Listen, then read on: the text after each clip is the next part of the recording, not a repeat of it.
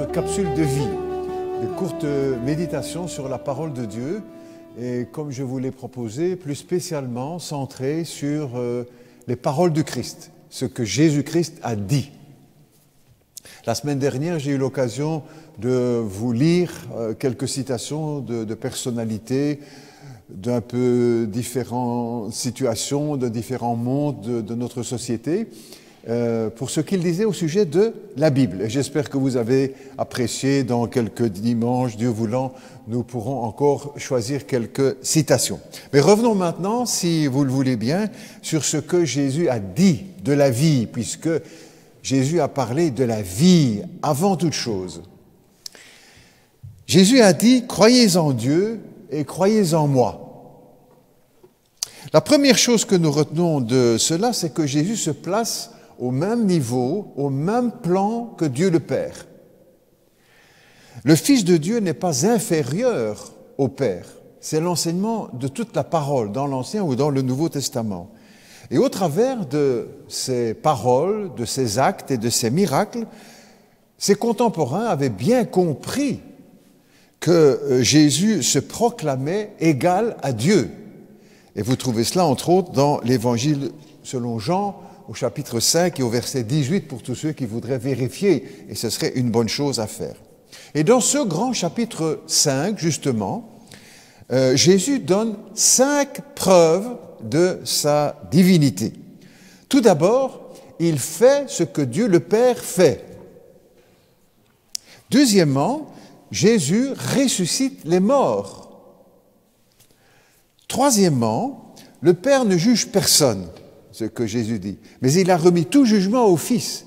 C'est lui qui sera le juge de notre monde. Quatrièmement, comme le Père, le Fils a la vie en lui-même. Il ne l'a pas reçue, il a la vie en lui-même. Nous recevons la vie. Lui, il est la vie comme le Père est la vie. Cinquièmement, Jésus a dit que c'est lui qui donne la vie éternelle. Chapitre 20, verset 26, verset 21, verset 40, vous pouvez trouver ça dans le chapitre 5 de l'Évangile. Ensuite, cette parole de Jésus nous apprend que le christianisme véritable, ce n'est pas seulement croire en Dieu ou croire qu'il y a quelque chose là-haut. On entend certaines personnes dire « Ah, mais vous savez, moi je crois en Dieu, je crois qu'il y a quelque chose là-haut, c'est pas possible autrement. » C'est déjà bien, c'est déjà très bien. Mais la foi chrétienne, ce n'est pas seulement croire en Dieu ou croire que quelque chose ou que Dieu existe là-haut, mais c'est croire en la personne de Jésus. Ce qu'il a dit, ce qu'il a fait, ce qu'il est. Jésus a dit en effet cette parole assez sévère quand il dira dans Jean au chapitre 8, « Si vous ne croyez pas ce que je suis, ou que je suis, vous mourrez dans vos péchés. » Donc une importance capitale de reconnaître ce que Jésus-Christ est, ce qu'il a fait et ce qu'il a dit. Et où pouvons-nous trouver ce qu'il a fait, ce qu'il a dit et ce qu'il a enseigné? Bien dans la Bible, dans les Écritures, dans la parole de Dieu. Ne nous contentons pas, n'est-ce pas, de croire ce que le prêtre ou le pasteur disent de Jésus-Christ. Découvrons-le nous-mêmes dans les Écritures. Ça, c'est aussi le caractère personnel de la foi. C'est une découverte personnelle de l'Écriture de Jésus-Christ. Jésus a dit, concernant les Écritures, « Ce sont elles qui parlent de moi ». Donc, si nous voulons connaître le Christ et connaître qui il est, ce qu'il a fait, c'est dans les Écritures que nous allons trouver la réponse. C'est ce que Jésus a dit.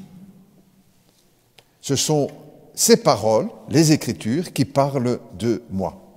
Dans le livre des Actes, un peu plus loin, après la mort, la résurrection de Jésus-Christ, son ascension, dans le livre des Actes, il nous est rapporté le ministère des apôtres, l'Église primitive, les premiers pas de l'Église de Jésus-Christ. Et dans le livre des Actes, au chapitre 17, au verset 11, il nous est dit ceci, que les gens de la ville de Bérée examinaient chaque jour les Écritures pour voir si ce qu'on leur enseignait était exact.